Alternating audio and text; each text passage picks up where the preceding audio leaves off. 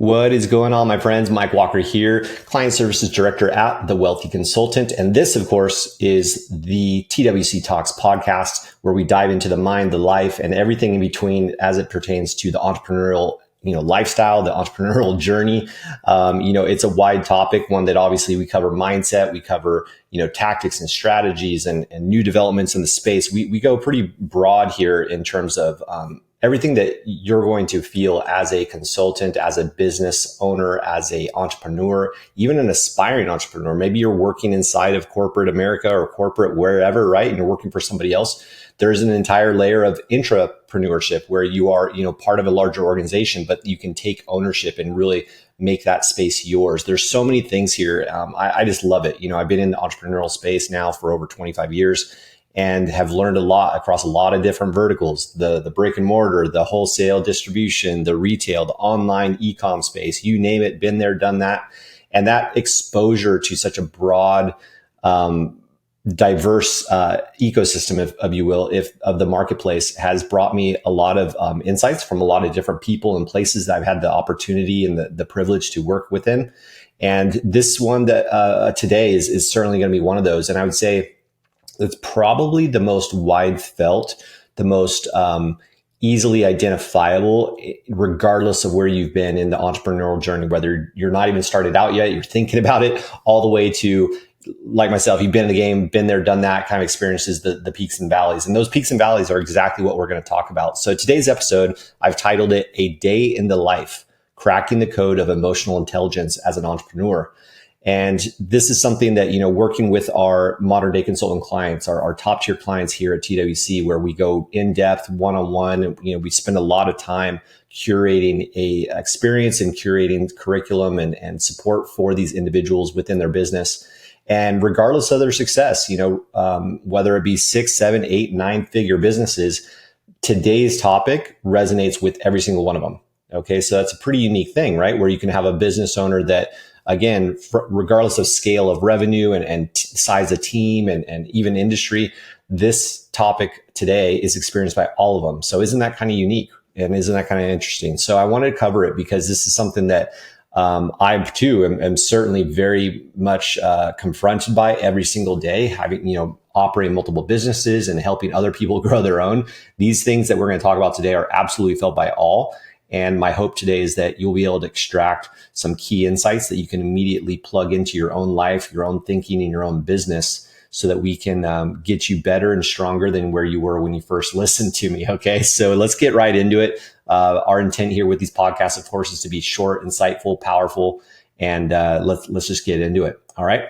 So again, a day in life, cracking the code of emotional intelligence as an entrepreneur. Now, I don't know if you've seen this or not. If you haven't, just go on to Google when you get a chance and type in a day in the life of an entrepreneur, and then go look for images under that search. And you'll very quickly find a whole bunch of things that look very, very similar. And that is it's almost meme culture now within the entrepreneurial space, where you kind of get this really jagged spike, going from left to right, kind of up, down, up, down, up, down. If you're, watching the video here, we'll cut in a graphic that you can very quickly see what I mean. But even if you're not, even if you're driving or whatever, of course, be safe. But if you can just imagine, this jagged line moving from the left side to the right side of the screen and kind of going up and down, up and down, up and down, right? And at each peak and at each valley, there's a little statement here. And so I'm going to read these off, and I think you'll very quickly, be able to visualize what I'm talking about here. I'm excited, and it jags down. It goes, oh, this is hard. And then it goes up a little bit and says, oh, it's working. And then it goes back down a little bit and like, oh, I messed up, and then jags back up again and says, well, give up the great or give up the good for the great, and you're kind of excited, you're feeling some momentum. And then it quickly drops really quickly down even further. And it's like, oh, I think I'm going bankrupt. But then you get a little bit of momentum, you go, shoots right back up. I'm good. I don't know why I get so down on myself. And then you get this jag back down and, oh, I was wrong. I suck. It goes right back up again. And the final one here up to the top says, wait a second, my life is great. Right. And this is in a day. All right. This is in a day. You can imagine the roller coaster. They call it the roller coaster of emotions for a reason, right? Like, this is exhausting if you are experiencing this. And now hopefully, you're not necessarily running this dialogue through your head every single day in just the same fashion. That would be pretty rough. But regardless, the point is made, right? It's a roller coaster, and it's something that we all have to face. And so what I want to do is just very quickly cover a few key elements that I've learned for myself to navigate these ups and downs, because invariably you're going to experience it to some degree, some greater than others. But unless you are one of those extremely rare unicorns that just has, undefined and just undominable just belief in yourself, that's like, nope, I'm great, everything's perfect, and it's going exactly as planned all day, every day, all month long, all year long, it's all good, right? High five through the microphone here if that's the case for you, but for most people, I feel fairly confident in saying that regardless of how experienced you are, regardless how intelligent you are, regardless of your pedigree, you're probably going to experience some ups and downs. Okay. And if you're not, well, again, be wary when you're at the peak, because the fall down can be tough sometimes, right? So I just want to encourage those that if you are going up and down, if you are kind of facing this roller coaster, number one, you're very normal. All right. We're going to start there, but let's dive right in. One of the things that is a key element here is just simply deciding that you're worthy. That's a big one. Deciding that you're worthy. And notice the key word, decide. It's a decision. It's not a feeling. It's a decision. It's something that you go, no, I am that. And I'm deciding that regardless of how I feel in the moment, I have decided that I am. Okay. And you need to impress that upon your brain. You need to just make it part of your DNA that, no, I am worthy. Now, what is it that would possibly support that decision though, right? Because I can just sit on the couch all day, flip channels and say, I'm worthy, I'm worthy, I'm worthy. And of course, you and I both know that that's not necessarily going to net the results we're looking for, right? Well, what comes from feeling of worthiness is doing the work that you know it's going to take to attain it. You already can get what you want. You already essentially have it in the quantum world if you define it clearly enough. What's not there yet is doing the work so that you then catch up to that idea, that you can see. You have to see it in your mind before you can hold it in your hand. So once you've made that definitive decision in your mind, I am worthy and this is where I'm going, then it's just a matter of doing the work to prove that you actually want it. You already have it, but you have to put in the effort. You have to exchange the energy from the ether of thought into the physical form of what it is that you want. And so one of the best ways to do that is simply to envision exactly what you're wanting to work towards and then do the work. When you feel worthy, you'll do whatever it takes for however long it takes to get what you want. Let me say that one more time. When you feel worthy, you will do whatever it takes for however long it takes to get what you want. And it's that commitment and consistency that will make it reality. All right. You have to have that indomitable feeling of just, I am worthy of this and I want that and I'm going to do whatever it takes. Okay. So that's the first thing, is we have to start with the end in mind. We can't hit a target we can't see. So we need to get really, really crystal clear on what is it that we're working towards and have a very defined reason of why we want that. Now, it almost immediately, you're going to have self-doubt kicking in. I've really experienced this myself. As soon as you make that decision, like, yeah, that's what I want, I'm worthy of, that's what I'm going towards. Within fractions of a second, you're almost certainly going to be confronted by feelings of self-doubt. Like, well, hang on now, because in the past, blah, blah, blah, or because, well, you don't have this, or you don't know that person, or you haven't done this yet, or blah, blah, blah, blah, blah, blah, right? And your brain's immediately going to try to protect you from that uncertainty by kicking in a whole bunch of self-doubt. Say, no, that's a little beyond your reason. That's a little bit beyond your scope. Here's all the reasons why, and I'm trying to protect you. Here's the thing. It's okay to have these self-doubt. There is not a person on the planet that has experienced anything or achieved anything of significance that has not encountered these feelings of self-doubt. The difference is they didn't listen to them. You can hear them, but you don't have to listen to them. There is a difference. You will absolutely hear them because that's just human nature. That's just how the brain works. It's trying to protect you from any kind of failure or fear, right? However, you can hear them, but you don't actually have to embrace them and listen to them. And so I want to encourage you to learn to move despite. I hear that, but I'm not listening to it. I'm not going to believe it. I'm not giving it any kind of concrete, power into my decision making. I hear it, but I'm not going to listen to it. I'm going to move despite. This is a clear one. I was reading through an article the other day, and I found this to be kind of cool. It's kind of a funny insight. If you're not familiar with her, she's a really famous actor, Tina Fey. She's, Saturday Night Live, lots of movies, et cetera, et cetera. I'm sure most people know who she is. And she said this about self-doubt. She said, the beauty of imposter syndrome is you vacillate between extreme egomania and a complete feeling of, I'm a fraud.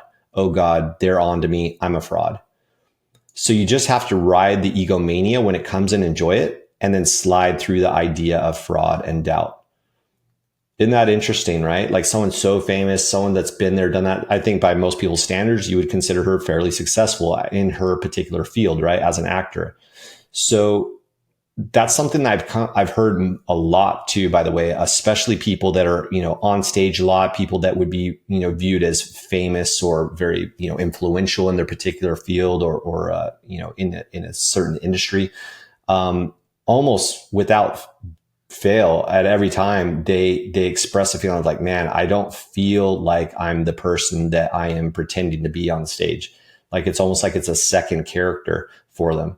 I know, several boxers and fighters say that they'll get physically sick before a bout because they're really, nervous or they're worried or whatever. But then they just switch it on. They make that decision. Nope, I'm this person. And they go out there and do it. Right. So they move despite. And this can be a really critical thing to understand, especially for newer entrepreneurs, that just because you feel something doesn't necessarily mean you have to believe it. Just like we talked about earlier, you can hear it, but you don't have to listen. Well, you can feel it, and that doesn't mean that you have to believe it. Okay. So I really want to encourage that any feelings of when those spikes go down, and you're like, oh, I messed up, or, oh, I think I'm, not going to make it, or I suck. I was wrong. I'm not as good as I thought I was, whatever. Just know that number one is 100% normal. And number two, you can, feel those things, you can hear those things, but that doesn't necessarily mean that you have to believe them. You just go, oh yeah. Okay, whatever. And then just keep moving. All right. So another one, Brene Brown, talk to yourself like you would someone you love. This is another key thing, is we have to remember that there is no one that has our attention more than our own self-talk. We hear ourselves, we have our most peaked attention 24 hours a day, right? That's just the human brain. And so we really need to watch that self-talk and make sure that, we're compassionate towards where we're at. And there's a fine line between just like, well, there's no weeds, and it's all good and everything's fine, even though maybe it's not, right? So you can't just be blind to what you're dealing with. You can't just pretend something negative hasn't happened. But that doesn't mean that you have to embrace it and go, oh, this defines me, or this defines my abilities. You just go, oh yeah, that was a bad one. All right, let's keep moving. Move despite. I think you can start to see a theme here. All right, last one, guys. Let's dive right into this one. And that is the importance of getting outside your own head. I had a discussion with one of our clients the other day, and they were mentioning how at the end of the day, sometimes they just hit a wall, and their emotional state is just really drained because of the, exhaustive amount of work that they were doing throughout the day. And you really need to watch out for this, where if you are pushing, we kind of live in this grind culture, 24/7, just hustled, keep going, no sleep club, whatever it is, right? Be very, very cautious of that, because when you push your body to the point of total exhaustion, your ability to withstand these peaks of ups and downs in the emotional roller coaster effect becomes lessened. Like you will be weakened, and your resilience to those down periods will be less. And so this person was experiencing that, to where at the end of their days, they're really dealing with a lot of like kind of depression and self-doubt, and like, man, this is just hard. And, every day they're getting themselves into this state. And it's because they weren't allowing themselves time throughout the day to kind of recharge, what we call buffer time. We do a lot of training here at TWC about, time management and whatnot. If you haven't gotten Taylor's training, by the way, on peak productivity, phenomenal, like life-changing stuff. Peak productivity, check it out. You can go to wealthyconsultant.com, just search for it. It's right there. Phenomenal, life-changing, regardless of where you're at in business. But all that to say that you have to develop a schedule that allows you to recharge and to ride these roller coasters in a more stronger, resilient way. And so just be wary of how you're pushing yourself, and make sure that you don't get yourself backed up into a corner where you're physically and mentally exhausted to the point where you don't have any resilience left. You do need to have a little bit of charge left in you to withstand these ups and downs. So you can't underestimate the importance of that. But at some point, thinking about it and dealing with the ups and downs, I messed up, and this is awesome, and this and that, like, it's going to get tiring, right? And you're going to be thinking about it a lot. But at a certain point, thinking isn't going to be doing you any more good. All right. Thinking about it isn't going to do any good. You need to just move through them. Remember what I said, move despite. We call it emotion for a reason. Emotion, motion, when you move.